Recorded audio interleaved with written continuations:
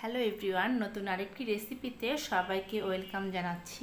আজকে আমি আপনাদের জন্য নিয়ে এসেছি সর্ষে বাটা দিয়ে ঝিঙের তরকারি।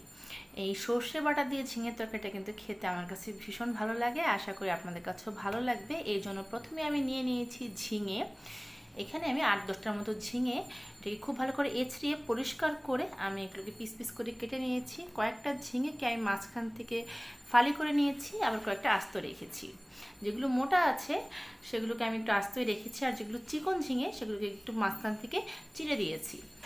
এদিকে কড়াইতে দিয়ে দিলাম সাদা তেল, 1/2 কাপের মতো আমি সাদা তেল দিয়ে দিয়েছি। তেলে প্রথমে আমি দিয়ে দেবো কালো জিরা। আমি 1 চামচের মতো কালো জিরা ফোড়ন দিয়ে দিয়েছি। তারপর আমি ধুয়ে রাখা ঝিঙেগুলো এখানে দিয়ে দিচ্ছি। আমি ঝিঙেগুলো দিয়ে দিলাম। আমি আজকে ঝিঙে দিয়ে আপনাদের জন্য সর্ষে বাটা দিয়ে রান্না করে দেখাচ্ছি। আপনারা চাইলে এই ঝিঙে পোস্তও করতে পারেন। সর্ষে বাটার পরিবর্তে এখানে শুধু পোস্ত বাটা দিয়ে দেবেন। সেম রেসিপিতে রান্নাটা করবেন, আশা করি সেটাও খেতে ভালো লাগবে। সেটা হয়ে যাবে ঝিঙে পোস্ত। আজকে সর্ষে বাটা দিয়ে করে দেখাচ্ছি, এটা গরম ভাতের সাথে খেতে ভীষণ ভালো লাগে। এই ঝিঙেটাকে তেলের মধ্যে আমি হালকা একটু ভেজে নেব। দেখুন, এটাকে কিন্তু আমি খুব ভালো করে ভেজে নিচ্ছি। আমার এই রেসিপিগুলো যদি আপনাদের ভালো লেগে থাকে তাহলে আমার চ্যানেলটা সাবস্ক্রাইব করে পাশে থাকা বেল আইকনটা বাজিয়ে দেবেন। আমি যখনই আমার চ্যানেলে কোনো নতুন রেসিপি আপলোড করব আপনি সবার আগে নোটিফিকেশন পেয়ে যাবেন। এখন এখানে আমি দিয়ে দিলাম স্বাদ মতো লবণ। লবণটা কিন্তু একটু বুঝে দিতে হবে। আমি সর্ষে বাটা কিন্তু লবণ আর কাঁচামরিচ দিয়ে বেটেছি, তাই লবণটা একটু কম দিতে হবে। প্রয়োজন আমরা লবণ পরে অ্যাড করে দেব। এখানে লবণের সাথে দিয়ে দিলাম 1/2 চামচের মতো হলুদ গুঁড়ো। লবণ আর হলুদ দিয়ে এই ঝিঙেটাকে খুব ভালো করে আমরা ভেজে নেব, যাতে করে হলুদের যে কাঁচা স্মেল আছে সেটা নষ্ট হয়ে যায়। আর হলুদটা কিন্তু সামান্য দেবেন, খুব একটা হলুদ দিতে যাবেন না। এই ঝিঙেতে হলুদের পরিমাণ যদি বেশি হয়ে যায় খেতে ভালো লাগবে না। আমি এগুলোকে খুব ভালো করে একটু ভেজে নিচ্ছি। দেখুন, এই সর্ষে বাটা দিয়ে যখনই আপনারা ঝিঙেটা রান্না করবেন একটু চেষ্টা করবেন ঝিঙেগুলো যেন একটু কচি চেয়ে হয়, অর্থাৎ একটু কচি ঝিঙে নেওয়ার চেষ্টা করবেন। বাড়তি ঝিঙে দিয়ে কিন্তু এই রেসিপিটা করলে খেতে ভালো লাগবে না, তাই একটু নরম চেয়ে একটু কচি চেয়ে ঝিঙে দিয়ে তারপরে রেসিপিটা করবেন, দেখবেন খেতে ভীষণ ভালো লাগে। এটাকে 4-5 মিনিট হালকা ভেজে আমি এটাকে ঢেকে দেব। আমি এই ঝিঙেটাকে 5 মিনিটের মতো ঢেকে দিয়েছি। চুলার আঁচটাকে অবশ্যই মাঝারিতে করে দিতে হবে, হাই হিটে রান্নাটা করবেন না। মাঝারিতে দিয়ে আপনারা এই রান্নাটা কমপ্লিট করবেন। হয়ে গেছে আমার 5 মিনিট। এখন আমি ঢাকনা তুলে এটাকে দেখবো কী অবস্থা। দেখুন, অনেকটা কিন্তু নরম হয়ে এসছে। ঝিঙেটা কিন্তু হালকা একটু নরম হবে, তবে এই সর্ষে বাটা দিয়ে যখন ঝিঙেটা রান্না করবেন চেষ্টা করবেন ঝিঙেটা যেন একদম গলে ভর্তা না হয়ে যায়, অর্থাৎ একটু কচকচে থাকে, তাহলে কিন্তু এটা খেতে ভালো লাগে।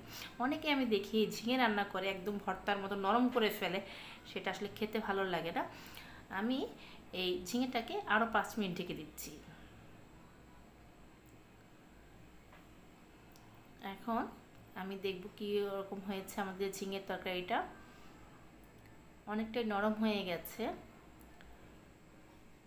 আমি এই ঝিঙেটা কিন্তু হালকা একটু গ্রেভি রাখবো, অর্থাৎ একটু মাখা মাখা হবে, শস্য বাটা দিয়ে রান্না করব। এই জন্য এখানে আমি সামান্য পরিমাণে ঝোল দিয়ে দেব। খুব একটা বেশি ঝোল দিতে যাবেন না, কারণ ঝিঙে থেকে কিন্তু প্রচুর পরিমাণে জল বের হয়, তাই সামান্য একটু ঝোল দিয়ে আমরা ঝিঙেটাকে রান্না করব। ঝোল দিয়ে আমি ঝিঙেটাকে খুব ভালো করে মিশিয়ে দিচ্ছি।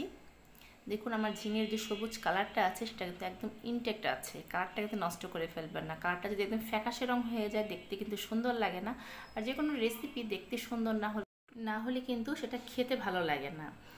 তাই চেষ্টা করবেন ঝিঙের যে সবুজ কালারটা আছে সেটা যেন একদম ইনটেক্ট থাকে। আমার ঝিঙেটা কিন্তু অনেকটাই নরম হয়ে এসছে, ঝোলটাও একদম শুকিয়ে এসছে।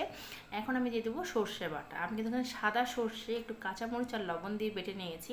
সর্ষে যখনই বাটবেন চেষ্টা করবেন একটু কাঁচামরিচ আর লবণ দিয়ে বাটার, তাতে করে সর্ষে বাটা তিতে হয় না। আমি সাদা সর্ষে দিয়ে নিয়েছি, আপনারা চাইলে লাল সর্ষেটাও দিতে পারেন। এখানে আমি 3 টেবিল চামচের মতো সর্ষে বাটা দিলাম। এবার সর্ষে বাটা দিয়ে ঝিঙেটাকে খুব ভালো করে মিক্সড করে দিচ্ছি। আমার এই রেসিপিটা গরম ভাতের সাথে খেতে ভীষণ ভালো লাগে। যারা ঝিঙে পছন্দ করেন এবং সর্ষে বাটা খেতে পছন্দ করেন তারা অবশ্যই ঝিঙে দিয়ে সর্ষে বাটাটা করে দেখবেন, আশা করি আপনাদের ভালো লাগবে। আর কেউ যদি মনে করেন যে না আমার সর্ষের রেসিপি ভালো লাগে না, সেই ক্ষেত্রে সর্ষে বাটার পরিবর্তে সেম রেসিপিতে পোস্ত বাটা দেবেন, হয়ে যাবে ঝিঙে পোস্ত।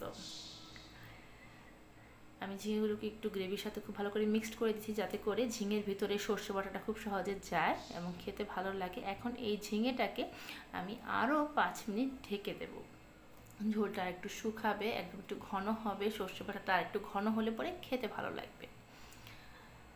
আমি 5 মিনিট ঢাকনা দিয়ে ঢেকে দিয়েছি। এখন 5 মিনিট পর এই জিনিসটা আমি খুব ভালো করে তুলে নিচ্ছি। তুলে এখন আমি খুব ভালো করে এটা মিক্সড করে দিচ্ছি। দেখুন আমার ঝিঙেগুলো কিন্তু একদম গলে যায়নি, ঝিঙেগুলো কিন্তু একদম গলিয়ে ফেলা যাবে না, তাতে করে খেতে ভালো লাগবে না। আপনারা চাইলে এই ঝিঙের পিসগুলো কিন্তু আর একটু ছোট করেও কাটতে পারেন, তবে আমার কাছে এরকমই বেশি ভালো লাগে। হয়ে গেল আমার সর্ষে বাটা দিয়ে ঝিঙের তরকারি। আমি একটু ঝোল রাখবো ভিউয়ার্স, তবে আপনারা যদি মনে করেন যে না এতটা ঝোল আমরা রাখবো না, সেই ক্ষেত্রে আর একটু শুকিয়ে নিতে পারেন। তবে গরম ভাতের সাথে একটু মাখা মাখা গ্রেভি থাকলে এটা খেতে ভালো লাগে। হয়ে গেল আমার সর্ষে বাটা দিয়ে ঝিঙের তরকারি। সিম্পল একটা রেসিপি, যারা এখনও এই রেসিপিটা ট্রাই করেনি একবার হলো বাসায় ট্রাই করবেন, আর আমাকে কমেন্ট করে জানাবেন আপনাদের কেমন লাগলো। ফিরবো এক নতুন রেসিপি নিয়ে, সেই পর্যন্ত সবাই ভালো থাকবেন।